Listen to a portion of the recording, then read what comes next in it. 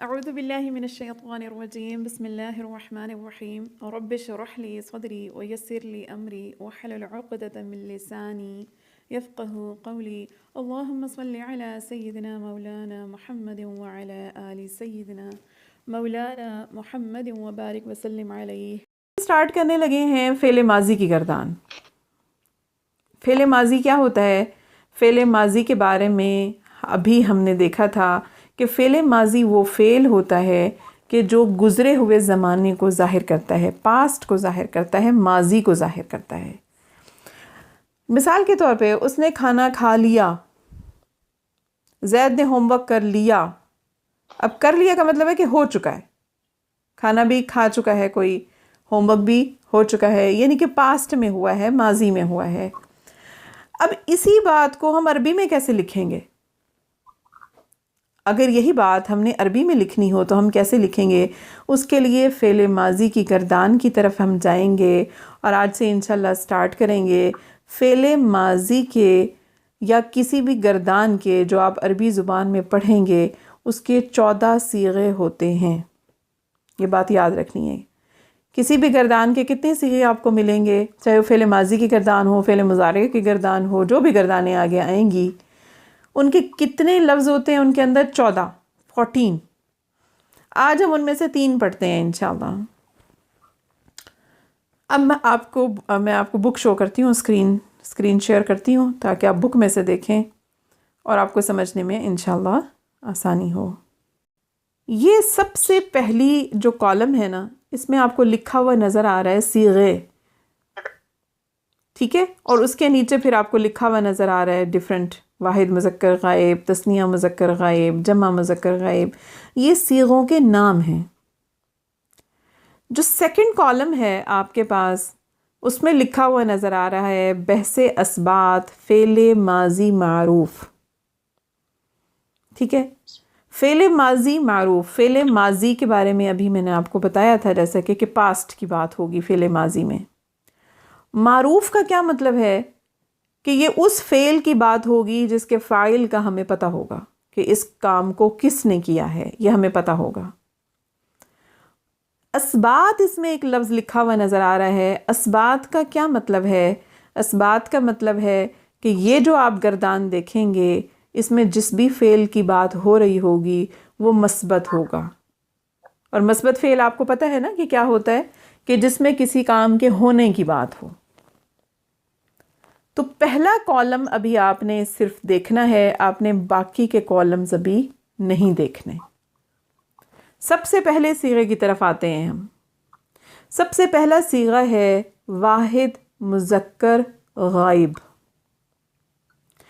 یعنی کہ اگر کسی کام کو کسی ایسے شخص نے کیا ہو جو واحد ہو، یعنی کام کرنے والا ایک ہو، اور وہ مذکر ہو، مرد ہو، لڑکا ہو، بچہ ہو، لیکن کیا ہو؟ مذکر ہو، اور غائب ہو، وہاں پہ موجود نہ ہو، ٹھیک ہے؟ 3 خصوصیات اس میں ہونی چاہیے، ایک واحد ہو، ایک مذکر ہو، اور ایک وہاں سے غائب ہو، موجود نہ ہو۔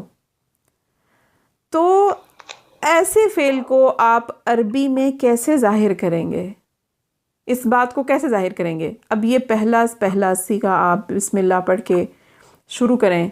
پہلا لفظ ہے ہمارے پاس فعل۔ فعل، فا کے اوپر آپ کو فتحہ نظر آ رہی ہے۔ فتحہ کا کیا مطلب ہے؟ کہ اس کے اوپر زبر ہے۔ پھر ہے عین، عین کے اوپر آپ کو زبر نظر آ رہی ہے۔ پھر ہے لام، لام کے اوپر بھی آپ کو زبر نظر آ رہی ہے، یعنی فتحہ نظر آ رہی ہے۔ زبر کو ابھی تو میں نے زبر بول دیا، لیکن آگے چل کے آہستہ آہستہ آپ اس ٹرم کو یاد کر لیں، جب بھی زبر ہوگی تو میں اس کو فتحہ بولوں گی، ٹھیک ہے؟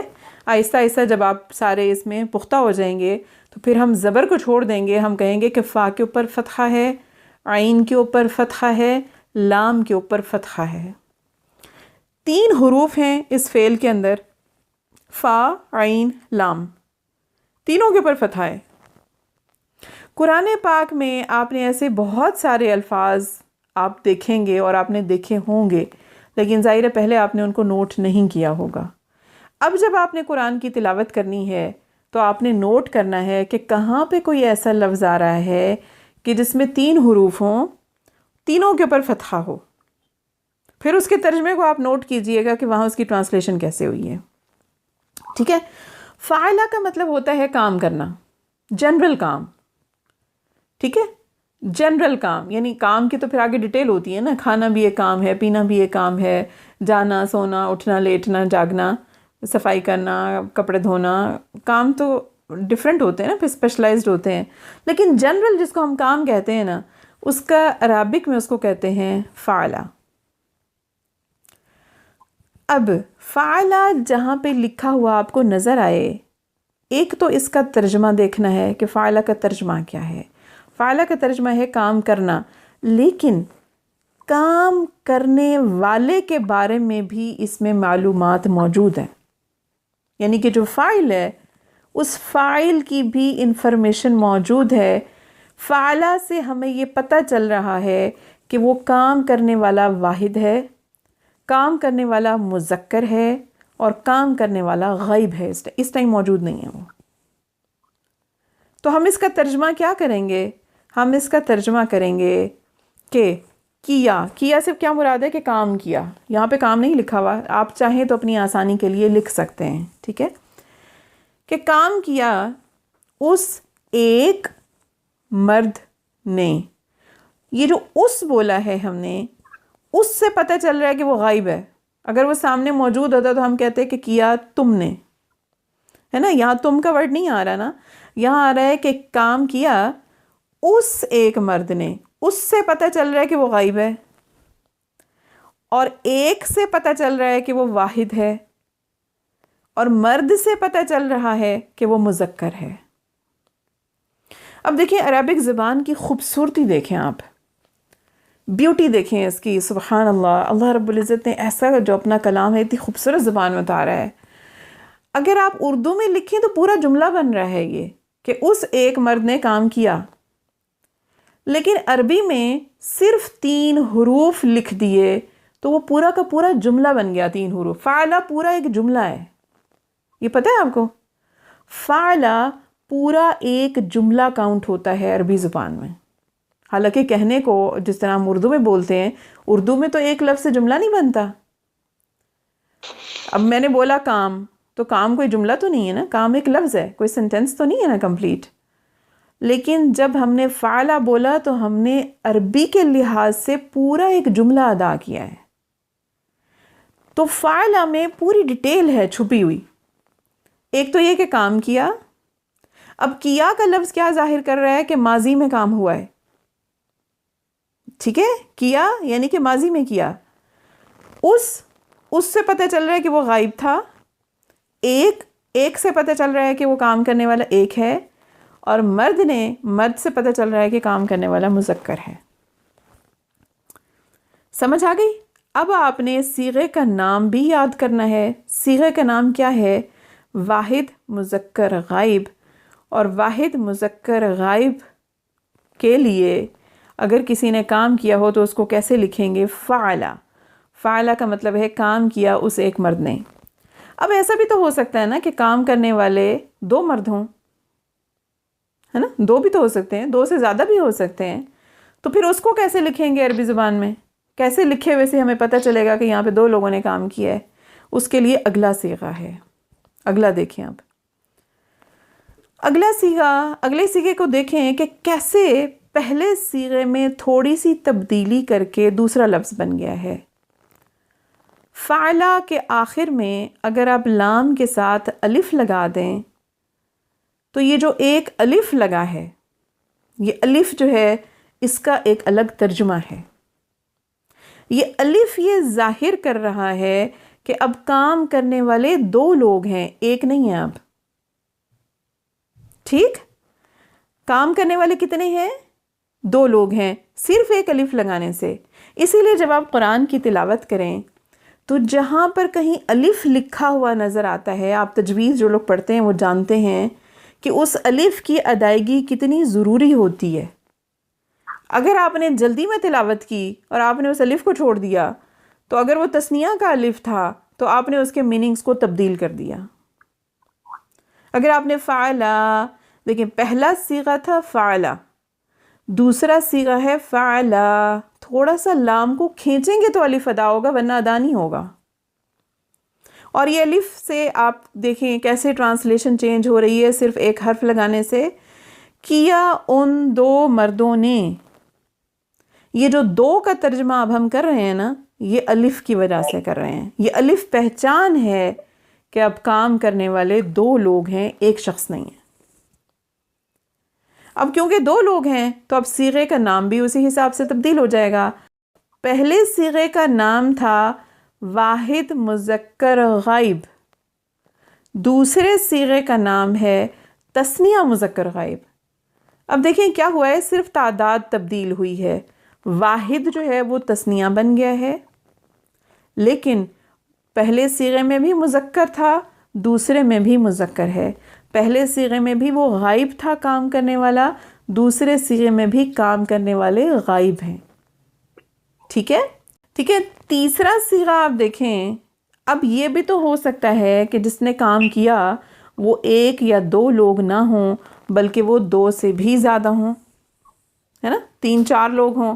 فار ایگزامپل ایک کلاس میں اگر 15 بچے ہیں تو ہو سکتا ہے کہ 15 میں سے 10 بچوں نے ہوم ورک کیا ہو، ہے نا. تو پھر کیا کریں گے، پھر تو جمع کا صیغہ لانا پڑے گا نا.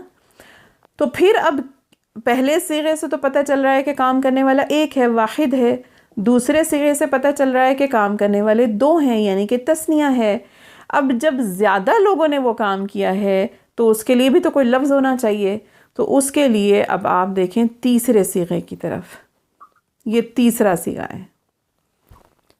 تیسرے صیغے میں کیا کام کیا ہے ہم نے، اب ہم نے جو پہلے صیغے میں لام تھا نا، لام کے ساتھ ہم نے واو لگا دی ہے. ٹھیک ہے، لام کے ساتھ ہم نے کیا کیا ہے، صرف ایک واو کا اضافہ کیا ہے. جب تثنیہ کا صیغہ ہم بنا رہے تھے تو ہم نے صرف ایک الف کا اضافہ کیا تھا تو فعلا بن گیا تھا. جب ہم نے جمع کو ظاہر کرنا ہے تو لام کے ساتھ ہم نے واو لگا دینی ہے. اب لام کے ساتھ جب واو لگ جائے تو آپ کو پتہ ہے کہ واو کس حرکت کو پسند کرتا ہے، واو اپنے سے پہلے پیش کو پسند کرتا ہے، ضمہ کو پسند کرتا ہے. تو آپ نے لام کے اوپر جو فتحہ تھی یعنی کہ جو زبر تھی اس کو پیش میں تبدیل کر دینا ہے، ضمہ میں تبدیل کر دینا ہے. تو کیا بن گیا، فعلو. اب فعلو میں اب جو واو لگا ہے نا، یہ واو جمع کی پہچان ہے. اب پتہ چل رہا ہے کہ کام کرنے والے اب جمع میں ہیں، حالانکہ ہیں تو وہ مذکر ہی اور وہ غائب بھی ہیں. وہ والی انفارمیشن چینج نہیں ہوئی. تینوں صیغے پہلے مذکر کے ہیں لیکن صرف عدد تبدیل ہو رہا ہے. اگر کام کرنے والا ایک ہے تو پھر فعلا کام کرنے والے دو ہیں اور مذکر اور غائب ہیں. فعلا کام کرنے والے 3 یا 3 سے زیادہ جتنے مرضی ہوں. تو پھر کیا کہیں گے، فعلو. اب ترجمہ کیا بنے گا اس حساب سے کہ کیا ان سب مردوں نے. ٹھیک ہے، کیا ان سب مردوں نے. یہ جو ان کا لفظ ہے یہ بتا رہا ہے کہ وہ کام کرنے والے غائب ہیں، وہاں موجود نہیں ہیں. اور سب مردوں سے کیا پتہ چل رہا ہے کہ وہ جمع میں ہیں. ٹھیک ہے، اور کیا سے کیا پتہ چل رہا ہے کہ یہ ماضی کا صیغہ ہے.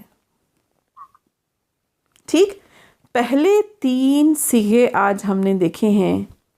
پہلا صیغہ واحد مذکر غائب کا، عربی میں فعلا. ترجمہ کیا بنے گا، کیا اس ایک مرد نے. دوسرا صیغہ تثنیہ مذکر غائب کا، عربی میں کیسے لکھیں گے، صرف لام کے بعد ایک الف کا اضافہ کر دیں گے. اور وہ الف کا اضافہ کرنے کی وجہ سے اب وہ کیا بتا رہا ہے ہمیں کہ اب کام کرنے والے کتنے ہیں، 2 ہیں. کیا ان 2 مردوں نے. اس کے بعد تیسرا صیغہ جمع مذکر غائب کا، اور لام کے ساتھ ہم نے واو کا اضافہ کیا. یہ واو جو ہے یہ جمع کے صیغے کو ظاہر کر رہی ہے اور واو پسند کرتی ہے اپنے سے پہلے پیش کو، ضمہ کو، تو ہم نے فعلو بنا دیا اس کو، اور یہ ظاہر کر رہا ہے کہ کام کرنے والے جمع میں ہیں، مذکر ہیں اور غائب ہیں، وہاں موجود نہیں ہیں۔ تو یہ 3 صیغے آج ہم نے پڑھے ہیں فعل ماضی کی گردان کے۔ ہم نے کہا کہ فعل ماضی کی گردان میں 14 صیغے ہوتے ہیں۔ 14 میں سے آج ہم نے صرف 3 لفظ پڑھے ہیں، فعل، فعلا، فعلو۔ فعلا اس کیا اسے ایک مرد نے، فعلا کیا ان 2 مردوں نے، فعلو کیا ان سب مردوں نے۔ تو اب آپ دیکھیں عربک کی بیوٹی دیکھیں کہ ایک تو صرف ایک لفظ جو ہے وہ پورے سنٹینس کو شو کر رہا ہے، اور صرف ایک حرف کا اضافہ کرنے سے یا اس کو تبدیل کرنے سے اس کا ترجمہ کس طرح تبدیل ہو جاتا ہے۔ تو جب بھی آپ قرآن کی ریسیٹیشن کریں، قرآن کی تلاوت کریں، تو جو گرامر پڑھتے ہیں نا جو لوگ، پھر ان کو اس بات کی سمجھ آتی ہے کہ ہم نے کتنی احتیاط کرنی ہے اس کی تلاوت کرنے میں، کہ ہم نے سنا ہے، ہم میں سے ہر ایک نے سنا ہے کہ اگر صحیح طریقے سے نہیں پڑھیں گے تو ترجمہ تبدیل ہو جاتا ہے اس کا۔ اب آپ یہ دیکھ رہے ہیں نا کہ کس طریقے سے تبدیل ہوتا ہے۔ صرف ایک الف اگر آپ نے نہیں پڑھا تو اس کا ترجمہ چینج ہو جائے گا، اگر آپ نے واو کا حق ادا نہیں کیا تو اس کا ترجمہ تبدیل ہو جائے گا۔ جیسے فعلو، اب لو کب ادا ہوگا؟ جب آپ لام کو تھوڑا سا کھینچیں گے، کیونکہ مدہ بن رہا ہے نا یہاں پہ۔ اگر آپ اس کو نہیں کھینچ کے پڑھیں گے تو آپ فعلو بس جلدی میں پڑھ لیا فعلو، تو کیا ہے، واو ادا نہیں ہوئی۔ تو وہ جو واو کا میننگ تھے نا، کیونکہ آپ کو پتہ واو ہی تو ہے جو بتا رہی ہے کہ یہ جمع میں ہے سب مرد، تو پھر اس کا ترجمہ کیا ہوگا، تبدیل ہو جائے گا۔ یہ بتائیں کہ آج کے جو 3 صیغے پڑھے ہیں یہ آپ کو سمجھ آئے ہیں؟